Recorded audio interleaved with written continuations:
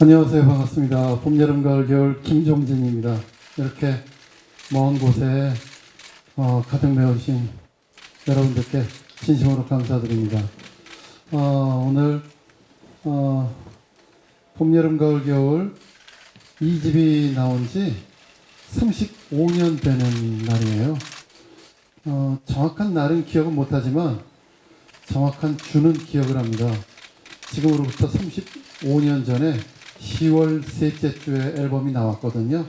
그때를 기념해서 다채로운 행사를 준비를 했는데요. 우선 그 아날로그 테이프, 마스터 테이프를 꺼내서 믹스다운을 새로 했고요. 그 음원을 내일 정오에 발표를 합니다. 그리고 여러분은 하루 먼저 이 자리에 오셔서 그 음악을 들으실 수 있고요. 그리고 35년간 끊임없이 우리 봄, 여름, 가을, 겨울을 사랑해 주셨던 팬들을 위해서 그들의 기억을 그리고 추억을 수선하는 그런 의미로 걸치고 다닐 수 있는 티셔츠도 만들고 귀여운 에코백도 만들고 그렇게 해서 뭐라고 할까 그 시간을 뛰어넘는 그런 체험을 할 수 있도록 저희가 준비를 해봤습니다. 다시 한번 이렇게 와주셔서 진심으로 감사드립니다.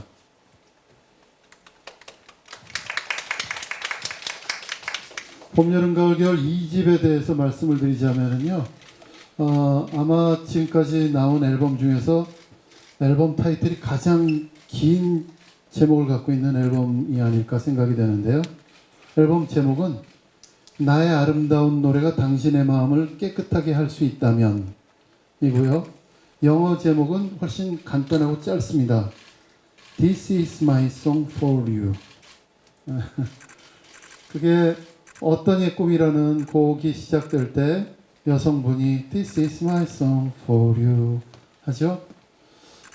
그게 당시에 저희 봄, 여름, 가을, 겨울 김종진, 전태관의 마음속에 있는 그 음악인으로서의 그 정신을 말씀드린 구절이 아닌가 싶습니다. 이 앨범은 발표될 즈음에 이제 그때는 요즘보다 가을이 있었고 가을에는 상당히 쌀쌀해서 사람들이 외투를 미리 입고 다니던 그런 즈음이었고 바람이 쌀쌀하게 부을 때 버스 정류장 앞에 가면은 레코드 가게들이 있었고 레코드 가게에서는 음악이 나왔죠. 남녀노소를 불문고 세상에 많은 분들이 같은 음악을 들었던 그 시절이었습니다. 10월 첫 주, 둘째 주 정도는 이문세 씨의 앨범이 1위를 하고 있었고요.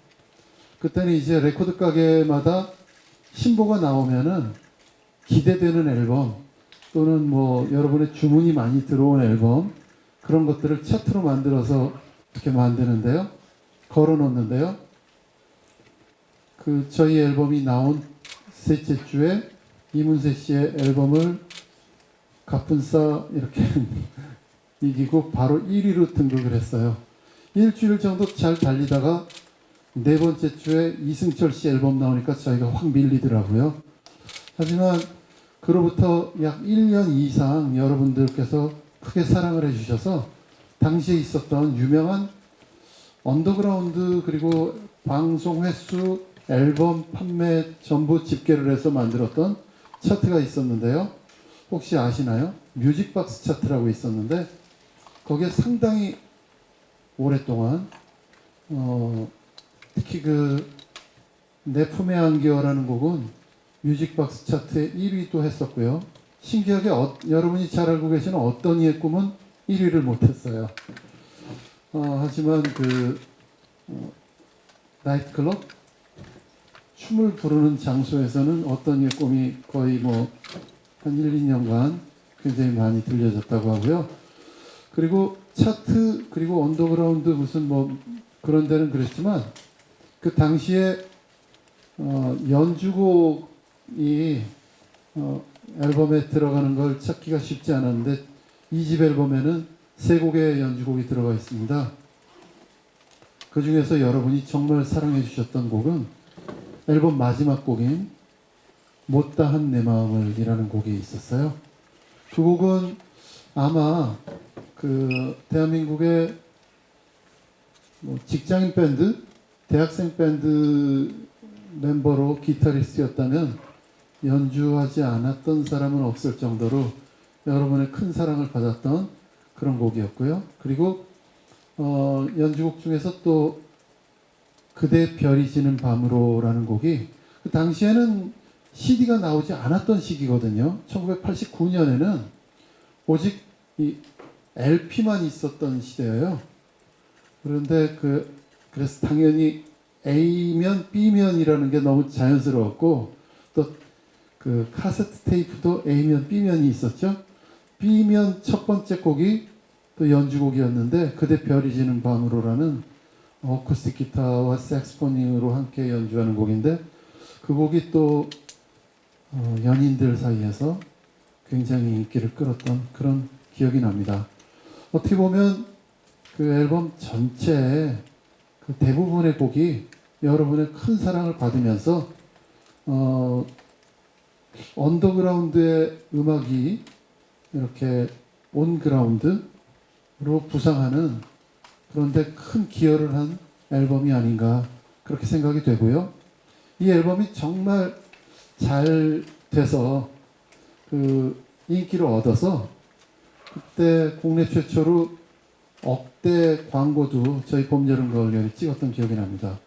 금강제와의 랜드로바라는 랜드로버 아닙니다. 랜드로바라는 신발 광고를 2년간 찍었고 그게 뭐 광고 대상도 받고 그 광고를 찍었던 김동용 감독이신가? 그분은 그 문화체육부 장관도 하시고 그랬던 기억이 나고요.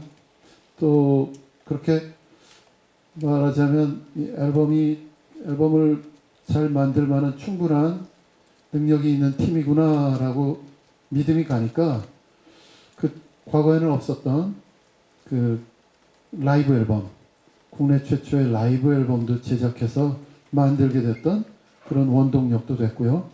또 3집 앨범은 그 국내 최초로 전 과정을 미국에서 작업해서 좋은 사운드를 한국에 소개할 수 있었던 또 그런 원동력이 됐습니다.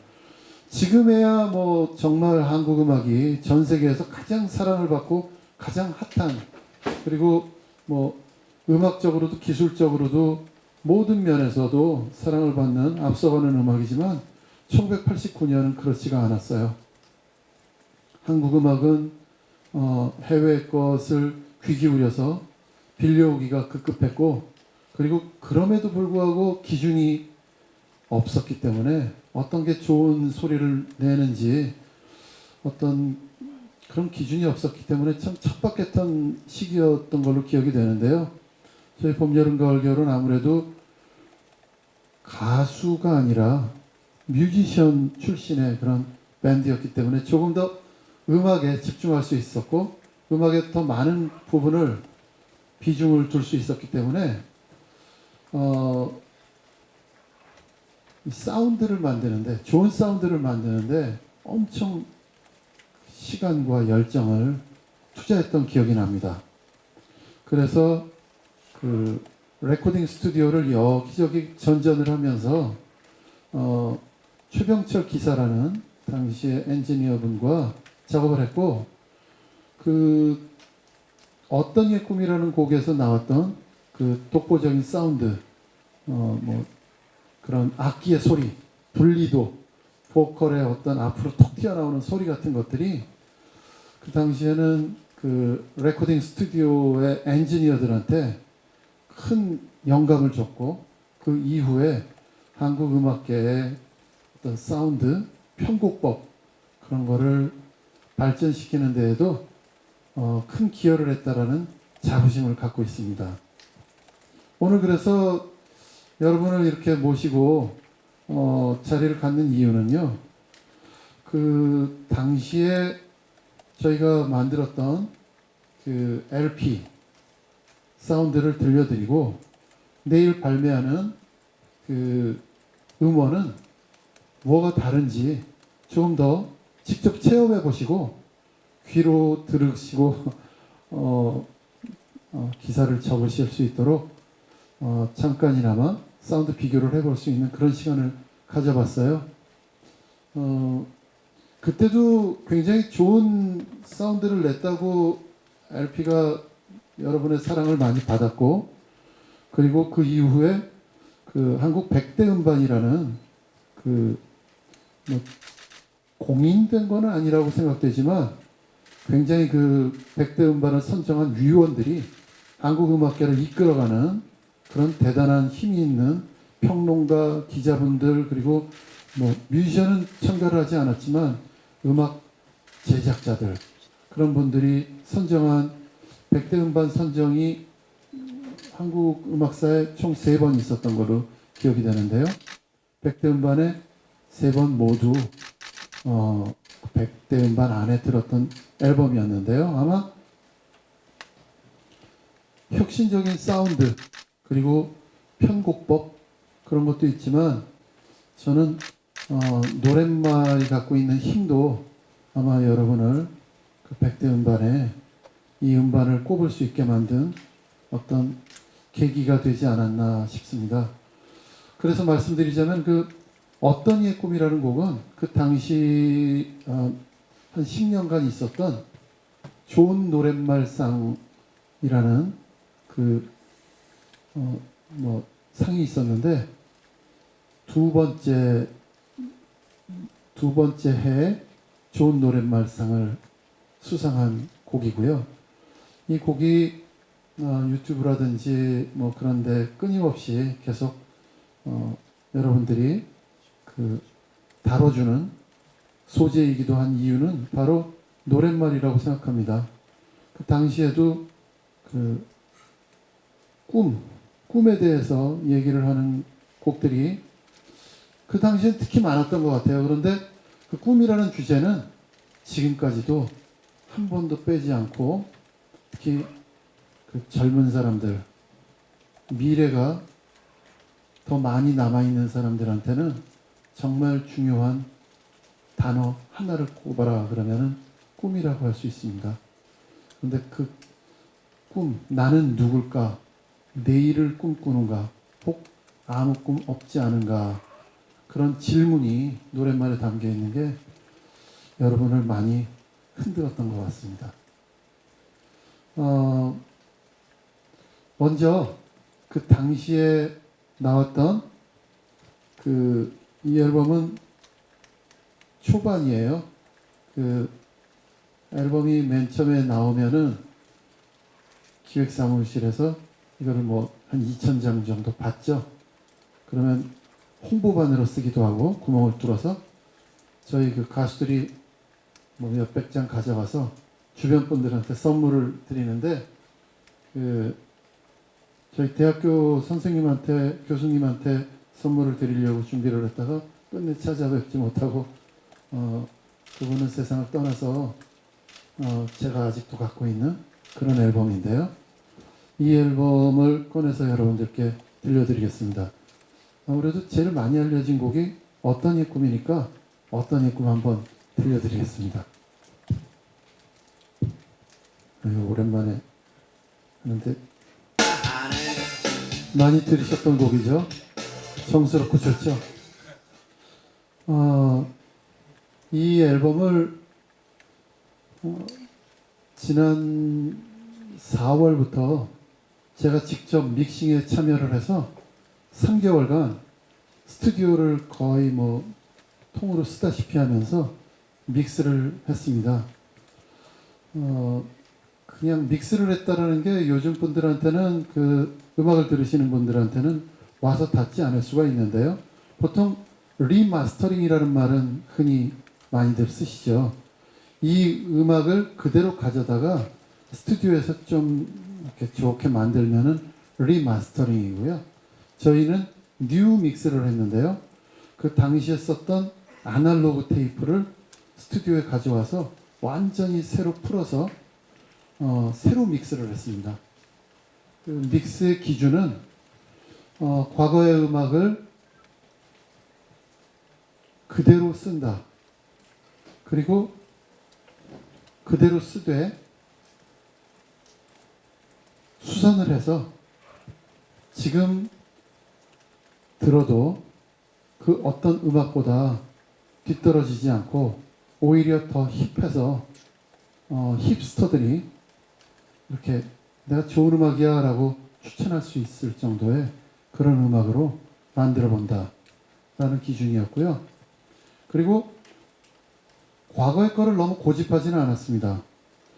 이 음악 산업 중에서 가장 발달한 게 AI의 힘도 있었고 하지만 그 스튜디오 안에서 엔지니어들 그리고 뮤지션들도 컴퓨터로 음악을 하게 되면서 뭔가 그 믹싱의 기술, 마스터링의 기술이 엄청나게 발전을 했어요. 제가 이렇게 보면은 연주력은 고만고만한 것 같아요. 보컬의 능력도 과거의 분들이 더 뛰어나지 않은가 그렇게 생각이 되는데 이 갖고 있는 재료들을 갖고 만들어서 보컬 튜닝을 하고 막 음악을 끌어올리고 그렇게 해서 들으면은 이거 너무 좋게 들린다 그렇게 만드는 믹싱의 기술이 정말 발전한 것 같아요. 그런 그 현대의 기술을 저희도 채용을 해서 과거의 음악도 35년 전의 음악도 요즘 기술로 믹스를 하면은 어떻게 들릴까? 요즘 듣기에도 충분히 좋게 들릴까? 그런 질문을 갖고 작업을 했고요. 해답은 여러분한테 있다고 생각합니다. 저는 말이죠. 아까 잠깐 말씀드렸는데 버스 정류장 앞에서 레코드 가게에서 음악이 들리고 그때는 남녀노소가 다 똑같은 음악을 듣던 시대다라고 말씀드렸잖아요. 하지만 지금은 누구도 같은 음악을 듣지 않는 시대가 됐습니다. 제 딸과 아들도 무슨 음악을 요즘 즐겨 듣는지 몰라요. 이어폰으로 듣기 때문에 어느 정도 볼륨으로 듣는지도 모르겠습니다. 그리고 그 노랫말이 그 친구들한테 어떤 영향을 미쳐서 어떤 길로 가게 하는지도 잘 모르겠어요. 하지만 제가 만든 음악은 35년 전에 그 사람들이 들었던 우리 선배들이 들었던 음악이고 그 사람들이 아마 20대 때 20살에 들었다면 35를 더하면 지금 55이군요. 그분들의 자녀들은 대부분 20대더라고요. 네, 좀 빨리 가신 분은 한 30대 초반 자녀를 두고 있을 수도 있는데 저는 그랬으면 좋겠어요. 이 음악을 엄마와 아들이 그리고 아들과 딸이 같이 들을 수 있었으면 좋겠습니다. 부모와 자녀가 같이 들으면서 우리는 이런 음악을 들었는데 너희도 들을만 하니? 아니, 들을만 하니 정도가 아니라 야, 우린 이런 음악 들었어. 죽이지 않냐? 노랫말도 멋지고 연주 편곡도 멋지고 사운드도 죽이지? 우리 이렇게 멋있었어 라고 말할 수 있었으면 좋겠고요. 같은 음악을 들으면서 공감하고 그러면서 자녀가 부모님의 세대를 이해할 수 있는 어떤 매개체로 음악이 한몫했으면 좋겠습니다.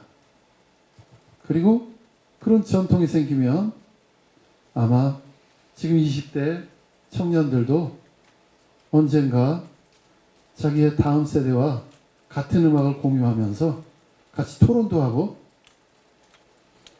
그런 전통이 생기지 않을까 그런 생각을 합니다. 저는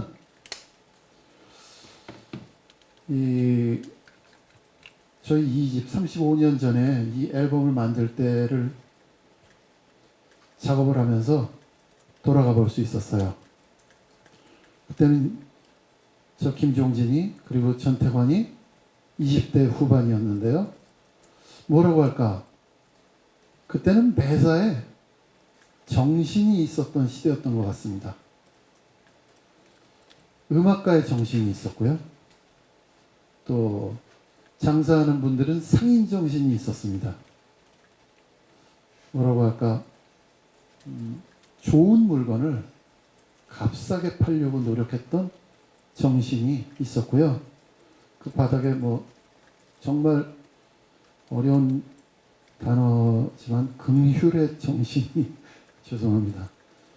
뭐 훨씬 간단한 것도 요즘은 헷갈린다고 하지만 그 세상에 정말 좋은 것을 이렇게 선사하겠노라라는 그런 정신으로 가득했던 시대라고 생각합니다.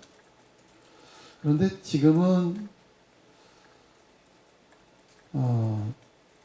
그런 정신은 많이 사라졌어요. 그때는 우리가 하나 돼서 세상을 좋게 바꿔보겠노라고 하는 정신도 강했고요.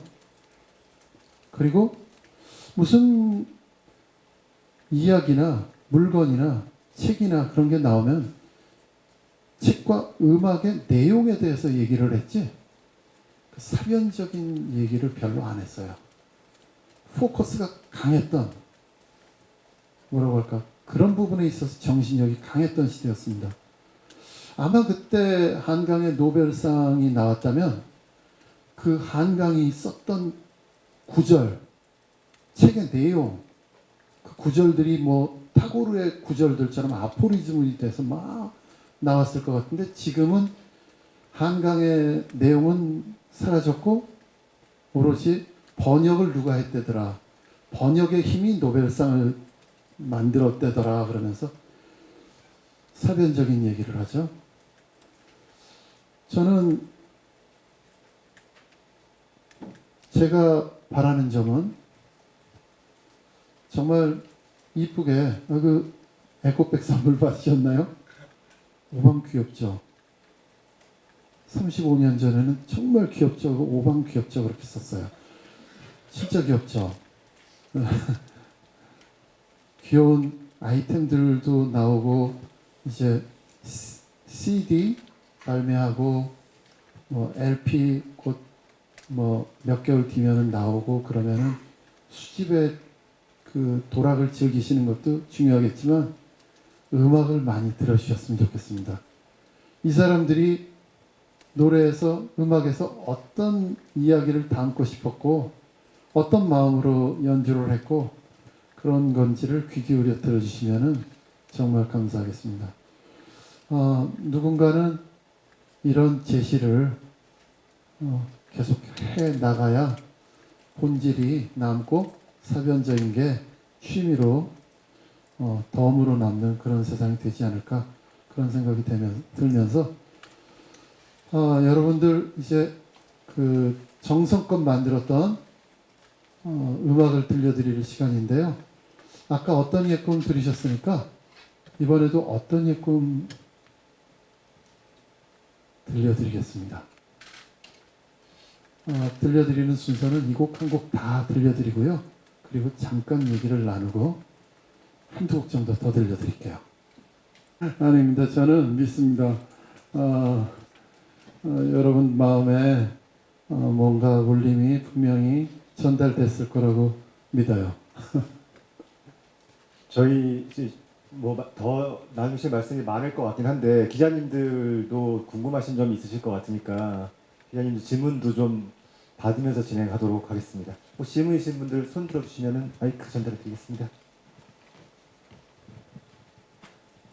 네, 한겨레 이정국 기자라고 합니다. 네. 음악 잘 들었는데요. 저도 그 이집 앨범을 갖고 있거든요, LP로. 오늘 오전에 듣고 나왔는데. 감사합니다. 네, 근데 지금 이제 믹스 새로 한 그 앨범을 들어보니까 전반적으로 포커싱도 되게 좋아지고 이제 채널 분리도 되게 좋아진 것 같거든요. 근데 가장 중점적으로 좀 차별화시켰던 점은 어디였지 궁금합니다. 네. 그 아까 말씀드렸던 것처럼 그 사운드 기술, 그러니까 과거의 것과 과거의 그 에센스를 그대로 간직하면서 현대의 기술로 가장 좋은 사운드를 구현해서 이 모든 세대가 같이 들을 수 있는 그런 거를 만드는 게 가장 작업의 중점적이었는데요. 기술적으로 말씀드리자면은 요즘 음악들이 갖고 있는 그런 특징들이 있어요. 그거는 저음이 풍부하다. 아, 그리고 가사의 전달력이 굉장히 선명하다.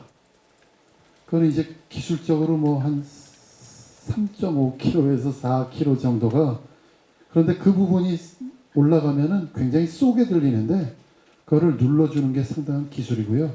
그리고 또 하나는 이제 저희가 중점을 좀 뒀던 거는 뭐냐면요.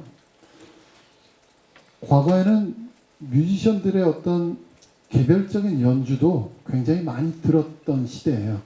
하지만 요즘은 그런 거는 좀 뭐 차치하고 뭉뚱그려진 사운드가 사람들한테 그냥 어떤 파도처럼 이렇게 들리도록 하는 그런 트렌드가 있는데, 그것에 있어서만큼은 저희가 조금 다른 접근을 했어요.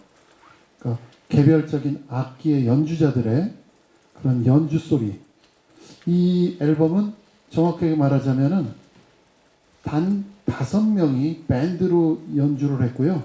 거기에 추가로 곡에 따라서 트럼펫이나 색스폰이 1명 추가가 되는 정도의, 그래서 가령 드럼을 듣겠다. 난 드러머 전태관의 팬이 될 거야 라고 그렇게 앨범을 하나 들으면은 그렇게 될 만큼 드럼만도 따로 들을 수 있게 각 악기 연주가 분리가 잘 되도록 그렇게 작업을 해봤습니다. 그리고 마지막으로 무엇보다도 그 세계적인 마스터링 엔지니어, 지금 뭐 거의 전설이시죠. 버니 그룬만이라는 분한테 마스터링을 의뢰를 해서, 이분은 1960년대 말부터 마스터링을 하신 분인데요. 그 카펜터즈라든지 스틸리 댄이라든지 뭐 정말 세계에서 가장 사운드가 좋았다라는 앨범들을 마스터링한 분인데 지금도 살아 계세요. 그분한테 의뢰를 해서 마스터링까지 마쳤습니다. 그리고 뭐 저희는 사실 그 극상의 음질을 추구하는 편이에요. 그러니까 상상을 뛰어넘는 정도의 극상을 추구를 하는 편이라서 이렇게 음악 애호가 정도가 되셔야 좀 알아들을 수 있는 그 어떤 툴들을 계속 이용을 했어요. 그런 게 바로 그 뭐 너무 기술적인 것 같아서 다음에 따로 무슨 유튜브라든지 그런 걸 통해서 전문적인 얘기는 전달해 드리도록 하겠습니다. 네, 다른 기자님들 혹시 질문 있으신 기자님들 질문 생각하시는 동안에 제가 하나 여쭤보겠습니다. 예전 작업물들 좀 돌아보시면서 네? 예전에 작업물? 만들었던 작업물들을 돌아보시면서 아마 그때 에피소드라든가 그때 옆에 계셨던 분들 생각 많이 나셨을 것 같은데 네. 그런 얘기 좀 해주시면 좋을 것 같습니다. 에피소드요? 정말 많죠. 그 이 집을 녹음했던 스튜디오가 성수동에 있었어요. 아세아 레코드라고. 그 성수동이 그때는 전부 그 공장지대였고, 물론 지금도 공장 많은데요. 그때는 정말 모두 공장이었어요. 근데 지금 가보면은 그 아세아 레코드 자리가 완전히 힙한 뭐 팝업 스토어들의 성지가 됐더라고요. 그런데 그 주변에는 공장이 많아서 그런지 해만 지면은 다 퇴근을 하시고 아무도 없는 거예요. 배고프면은 갈 데가 없어요. 뭘 시켜 먹을 수도 없고. 그래서 밤 늦게까지 있다가, 그리고 그땐 뭐 통금 비슷한 게 있었던 기억이 나는데 이태원으로 넘어가서 나리 식당이라는 데 가서 삼겹살을 때려 먹었던 기억, 그런 게 엄청 나고요. 그리고 이제 앨범 최초에 그 이제 나의 아름다운 노래가 당신의 마음을 깨끗하게 할 수 있다면, 이게 연주곡인데요. 그 트랙이 딱 시작될 때 뭐 스튜디오 문이 탕 닫히고 그 드럼 이렇게 하이햇이라는 게 있어요. 드럼 소리, 하이햇 소리가 덜컹 소리 나고 우리가 허허 웃는 소리가 나는데 우리 전태환 씨가 그렇게 덜렁이었어요. 그러니까 드럼에 앉으러 이렇게 걸어가다가 그때는 이제 녹음 시작합니다. 그럼 미리 레코딩 버튼을 딱 눌러놓는데 이렇게 들어가다가 거기 탁 부닥쳐갖고 뭐 피나고 뭐 그런 게 일상다반사였는데 그게 너무 재밌어갖고 레코딩까지 넣어놓은 거예요. 전태환 씨 얼마나 덜렁댔냐면은 이렇게 그때는 중국집 간판이 나무로 돼갖고 길에 이렇게 길을 막고 있었어요. 빨간 리봉도 달려 있는 집도 있었고 그러면 걸어가다가 딱 부닥쳐갖고 이제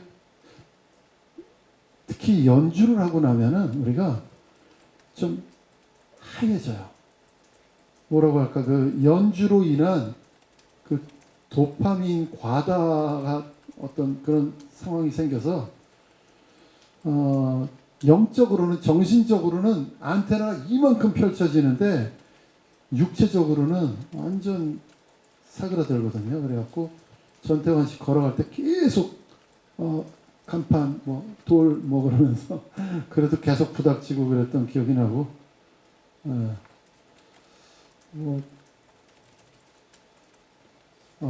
그런 기억이 보고 싶네요. 기자님들 또 질문 있으신 분들 네.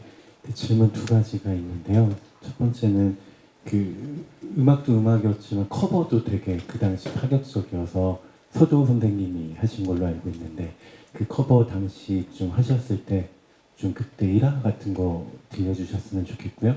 그리고 또 하나는 그 이제 아까 툴도 얘기하셨지만 이게 이제 뭐 본질의 질감, 사운드 본질의 질감은 계속 있겠지만 기술이 발전하면 또 이제 뭐 40주년, 45주년 되면 또 욕심을 내실 것 같은데 장애인으로서 이제 근데 선생님께서 생각하시는 사운드의 궁극은 좀 뭔지. 네.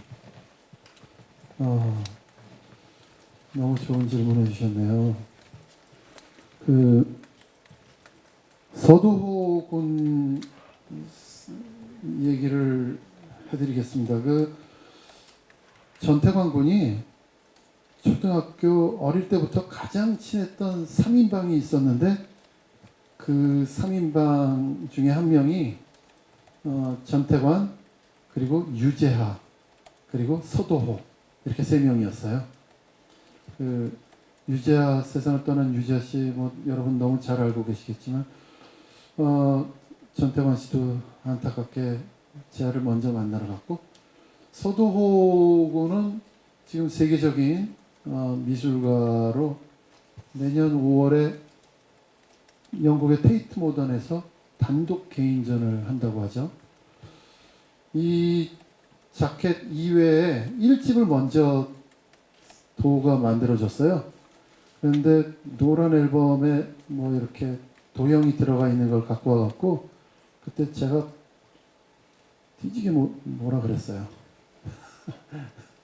야 이게 뭐야 무슨 애들 색종이 장난친 것도 아니고 그랬더니 무슨 뭐 갑자기 듣도 보도 못한 칸딘스키의 무슨 해체와 재구성 무슨 해체주의의 뭐 미술 작품이다 뭐 그러면서 얘기를 했었던.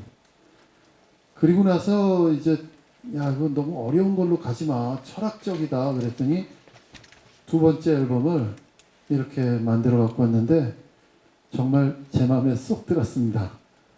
지금까지도 제가 제일 사랑하는 봄, 여름, 가을, 겨울 앨범 자켓 중에 원픽이고요. 이거는 직접 본인이 유화로 그림을 그렸고요. 그거를 사진 찍어서 필름 작업을 했고 그렇게 만들어진 작품이에요. 그리고 뒷면에는 그 본인이 또 그 크레용으로 유화 크레용으로 2번 덧붙여서 쓴 본인의 캘리그래피로 나의 아름다운 노래가 당신의 마음을 깨끗하게 할 수 있다는 표제가 있고요. 그 아래에 있는 사진은 얼마 전에 세상을 떠나신 사진가 김중만 씨의 사진입니다. 얼마 전에 도호군을 만났어요. 한국에서 이제 아트 선제에서 그 개인전을 할 때 정말 오랜만에 만났는데 그 친구도 이 자켓을 너무 좋아하고요. 조만간 기회가 된다면 우리들만의 특별한 그 작품을 한번 만들어 보자 얘기를 했어요. 어떤 얘기를 했냐면은 지금 대중예술과 그 수집예술은 완전히 건널 수 없는 강이 생겨버렸다.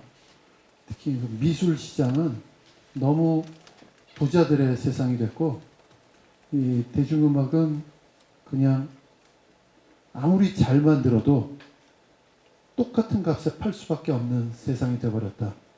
제작비가 집에서 뭐 한 시간 만에 뚝딱거려서 만든 것도 멜론, 애플뮤직에서 똑같은 값에 팔리고요. 저희같이 몇 억을 들여서 만든 곡도 똑같은 금액에 팔리는 시장이 됐단 말이에요. 그게 뭐 만드는 사람 입장에서 돈 많이 들인 사람 입장에서는 좀 황당합니다. 불합리적이라고 생각하고 그리고 자존심에도 약간 기스가 가는 그런 건데 그쪽은 너무 신기해요. 막 부르는 대로 막 값이 정해지는 그런 시장이잖아요.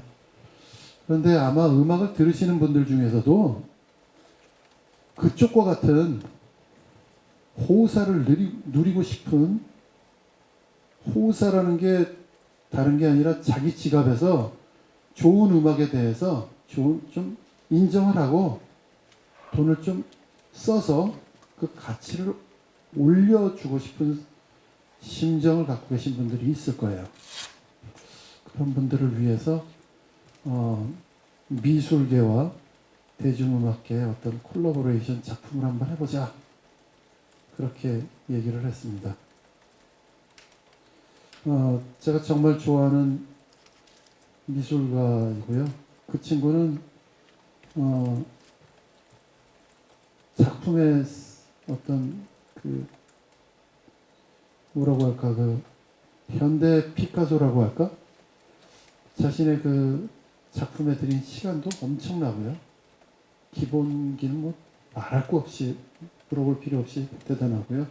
그리고 그 작품에 담겨 있는 심오한 우리 그 현대인을 이렇게 따스하게 어루만져주는 그 외로움에 대한 통찰은 정말 놀라울 정도라고 생각합니다. 그런 부분이 대중음악하고 굉장히 맞닿아 있다고 생각해요. 대중음악은 그 외로움에 대한 통찰이 있을수록 대중이 화답을 하는 경향이 크거든요. 두 번째로 물어봐 주신 그 음악의 궁극. 네, 궁극은 저는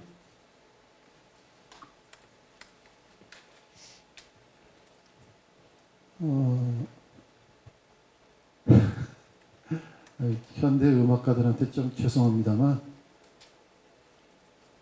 저는 2000년대 들어서 음악은 죽었다고 생각합니다. 음악은 죽고 제작자는 살아났습니다. 그런 경향이 앞으로 가면 갈수록 더해갈 거고요. 음악의 본질보다 그걸 갖고 산업을 만들고 그걸로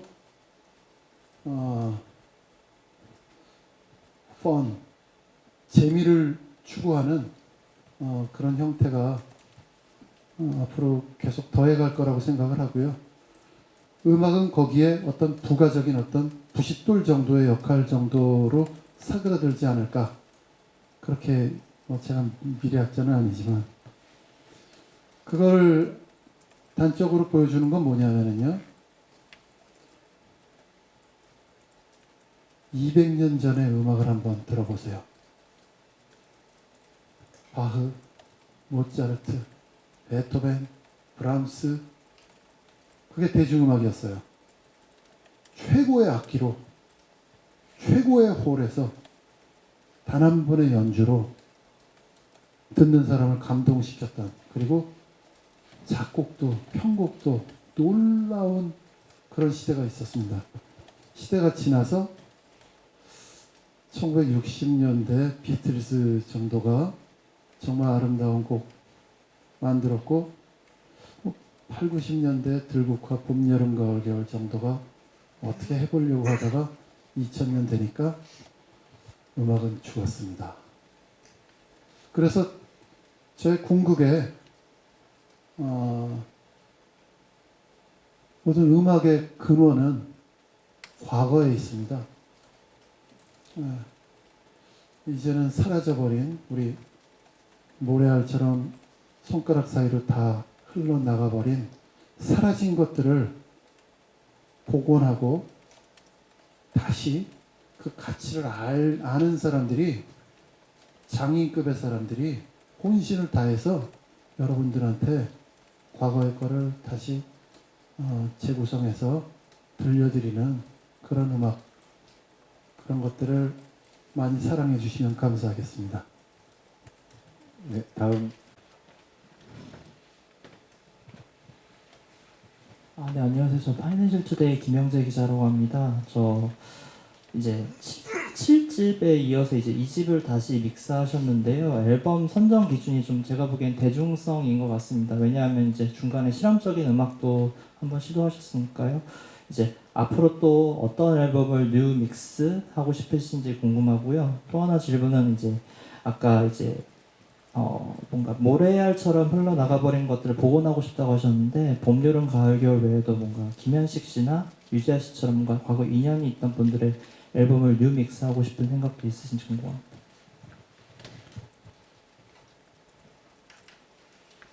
두 번째 질문이 너무 세서 앞에 걸 살짝 잊어버렸네요. 앞에 질문이 앨범 다음 믹스 예. 작품 선정에 대해서 여쭙셨습니다. 두 번째 질문 먼저 답해드리겠습니다. 너무너무 하고 싶죠.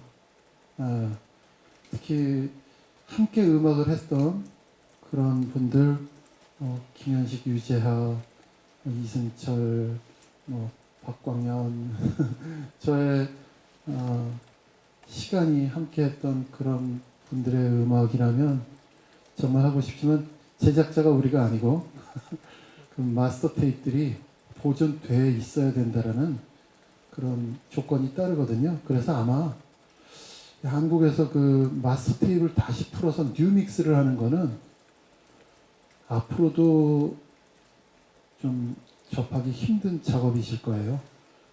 또 하나의 이유는 뭐냐면은 타산성이 떨어져요.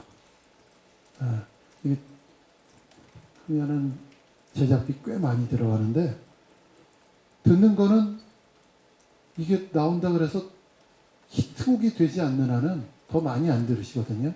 그래서 좀 아까 말씀드렸지만 음악밖에 모르는 바보들 아니면은 이런 작업하기 어렵지 않을까 생각이 되고요.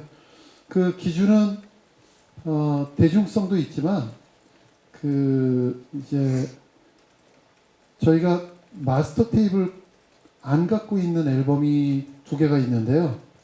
그게 1집과 3집이에요. 1집은 독특하게 저희 봄, 여름, 가을, 겨울은 그 시대부터 지금까지 흔치 않은데 저희가 제작자예요.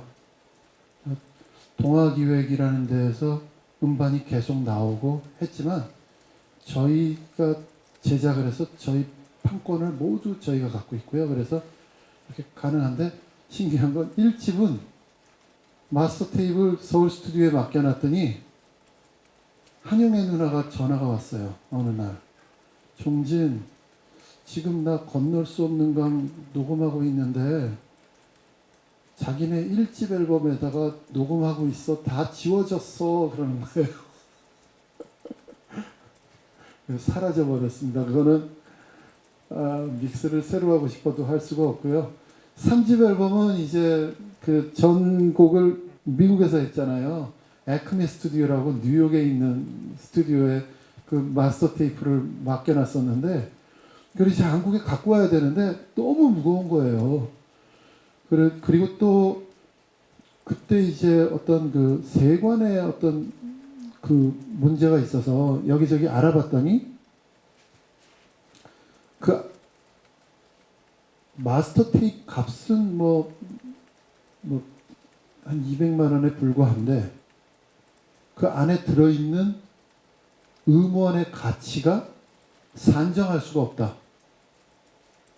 이걸 해갖고 이걸 잘 해갖고 팔면은 막 몇억 원어치도 팔릴 수 있는 거 아니냐라고 세관에서 답이 왔어요. 그래서 야 그러면 이거는 세금을 막 말도 못하게 때려 맞을 수 있는 거니까 그럼 좀 펜딩을 시켜보자.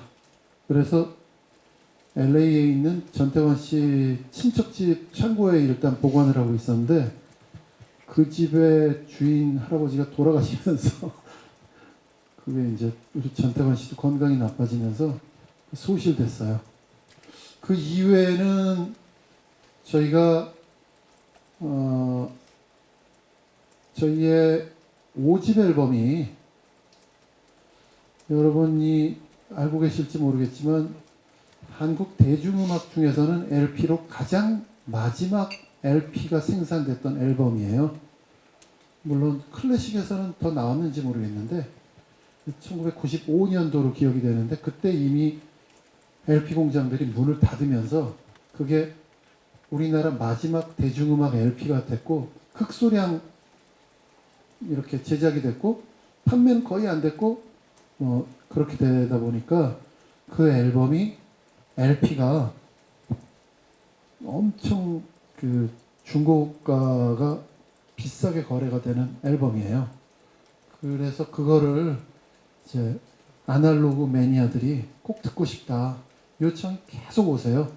그래서 아마 다음 앨범 작업하는 리스트에는 그 5집이 들어있지 않을까 생각이 되는데요.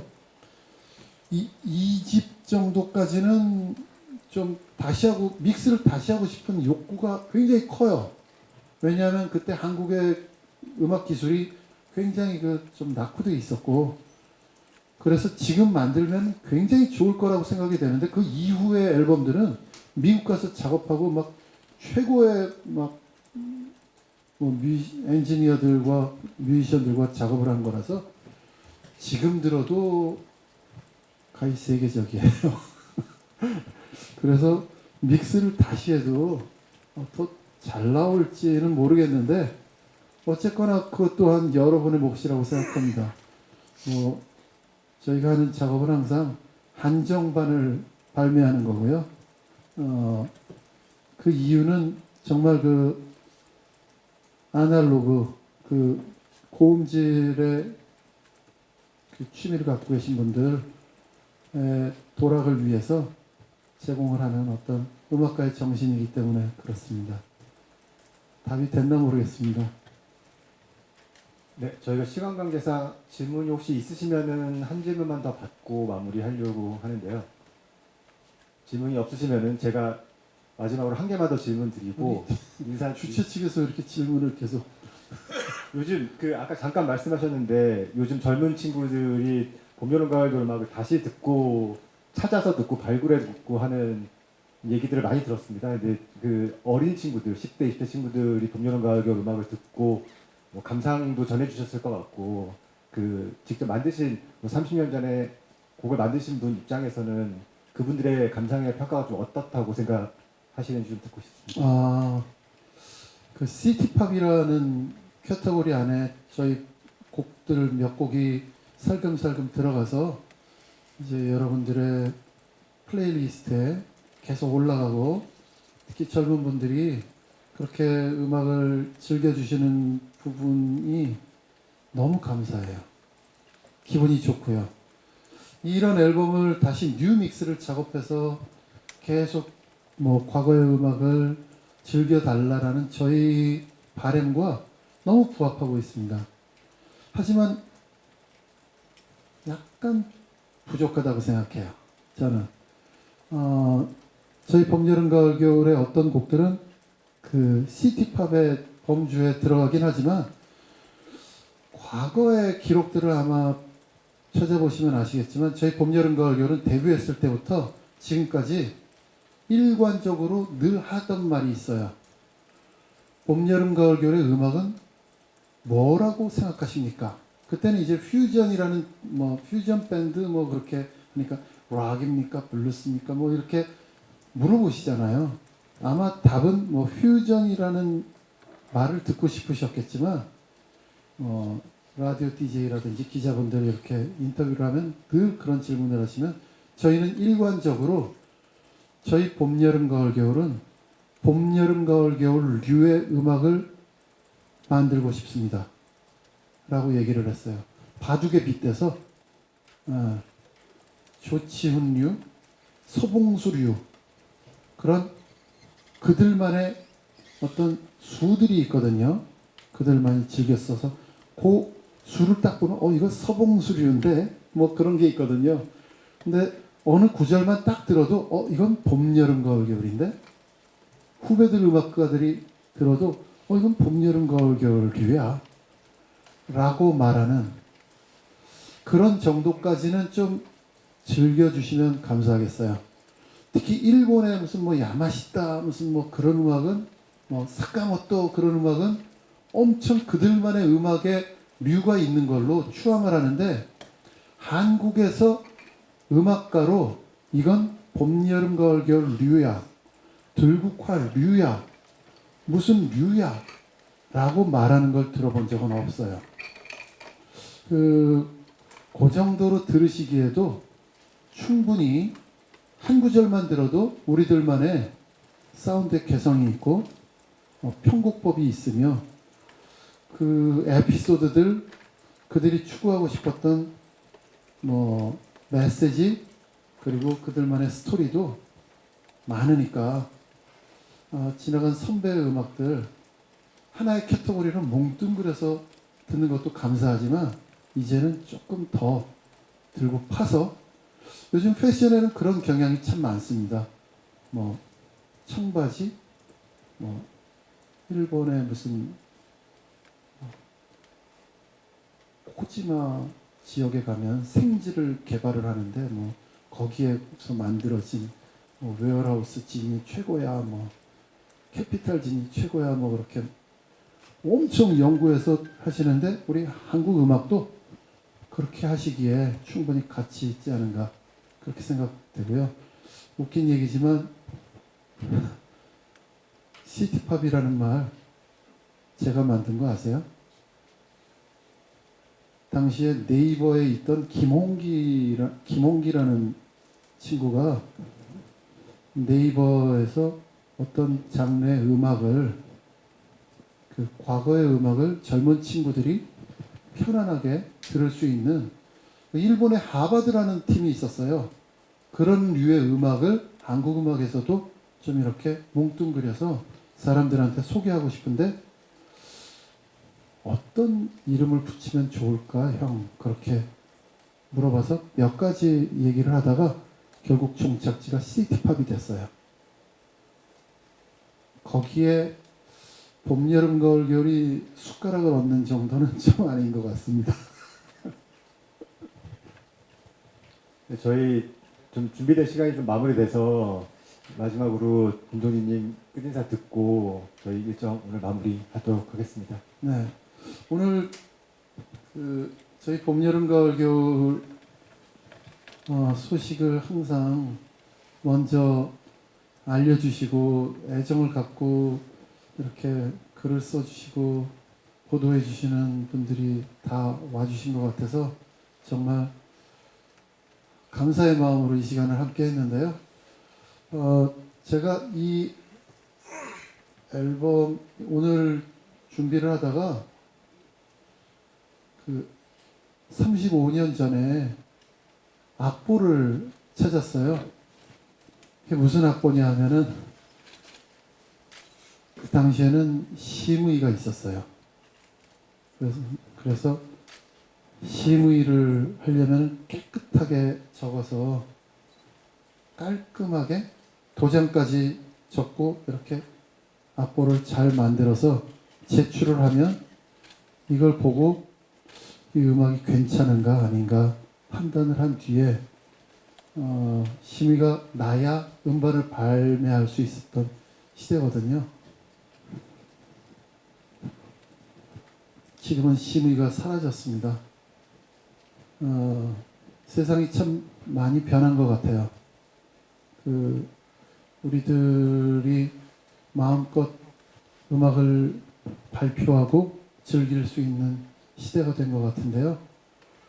이렇게 많이 변한 세상 속에도 어쩌면 과거의 음악들이 가치 있고 다시 들을 만한 그런 음악이 있다면 여러분들이 시간과 정성을 들여서 들어주시면 감사하겠고요. 혼자보다는 돌아서 있는 사람을 다시 내 쪽으로 바라보게 만드는 그런 음악이 되면 좋겠습니다. 지금은 세상이 너무 돌아서 있는 것 같아요. 이제는 돌아서 있는 사람을 내 쪽으로 돌려주는 그런 음악을 우리 음악가들도 만들어주시면 감사하겠고요. 들으시는 분들도 그렇게 들어주시면 감사하겠습니다. 이상입니다. 와주셔서 진심으로 감사드리고요. 정성껏 만든 음원 노래 한 곡, 연주곡 한 곡 띄워드릴게요. 노래는 앨범의 A면 5번 트랙에 담겨있는 내 품에 안겨, 그리고 연주곡은 이어서 B면 이건 CD 디지털 시대구나. 6번 트랙에 담겨있는 그대 별이 지는 밤으로 두 곡 이어드리겠습니다. 이렇게 긴 시간 함께 해주셔서 진심으로 감사드립니다. 사랑합니다. 감사합니다.